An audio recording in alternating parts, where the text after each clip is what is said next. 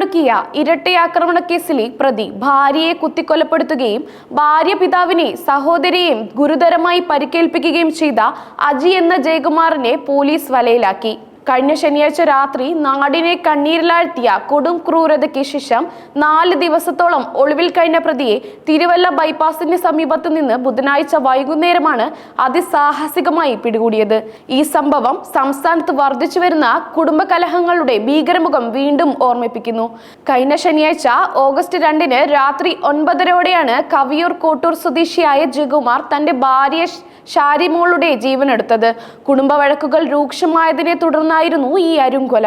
വീട്ടിൽ സംഗതികൾ പറഞ്ഞു തീർക്കാനെത്തിയ ഷാരികയുടെ പിതാവ് കെ ശശി, സഹോദരി രാധാമണി എന്നിവർക്ക് നേരെയും ജയകുമാർ കത്തിവീശി.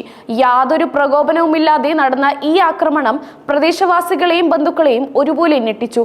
രക്തത്തിൽ കുളിച്ചു കിടന്ന ഷാരിയെയും പരിക്കേറ്റ ശശിയെയും രാധാമണിയും ഉടൻ തന്നെ ആശുപത്രിയിൽ എത്തിച്ചെങ്കിലും ഷാരിയുടെ ജീവൻ രക്ഷിക്കാനായില്ല.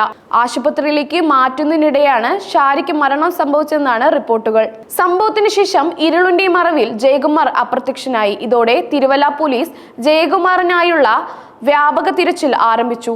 തിരുവല്ല ഡിവൈഎസ്പി എസ് നന്ദകുമാറിന്റെ നേതൃത്വത്തിൽ പ്രത്യേക അന്വേഷണ സംഘം രൂപീകരിച്ചു. തിരുവല്ല പബ്ലിക് സ്റ്റേഡിയത്തിന് സമീപമുള്ള ബൈപ്പാസിന് താഴെ ഉപയോഗശൂന്യമായ കാടുകയറി കിടക്കുന്ന ഒരു പഴയ മീൻ വിൽപ്പന കേന്ദ്രത്തിൽ ഉറങ്ങുകയായിരുന്നു ജയകുമാർ. രഹസ്യ വിവരത്തെ തുടർന്ന് അതിവേഗം സ്ഥലത്തെത്തിയ പോലീസ് സംഘം ഒരു ചെറുത്തുനിൽപ്പിനും അവസരം നൽകാതെ ഇയാളെ കീഴ്പ്പെടുത്തി.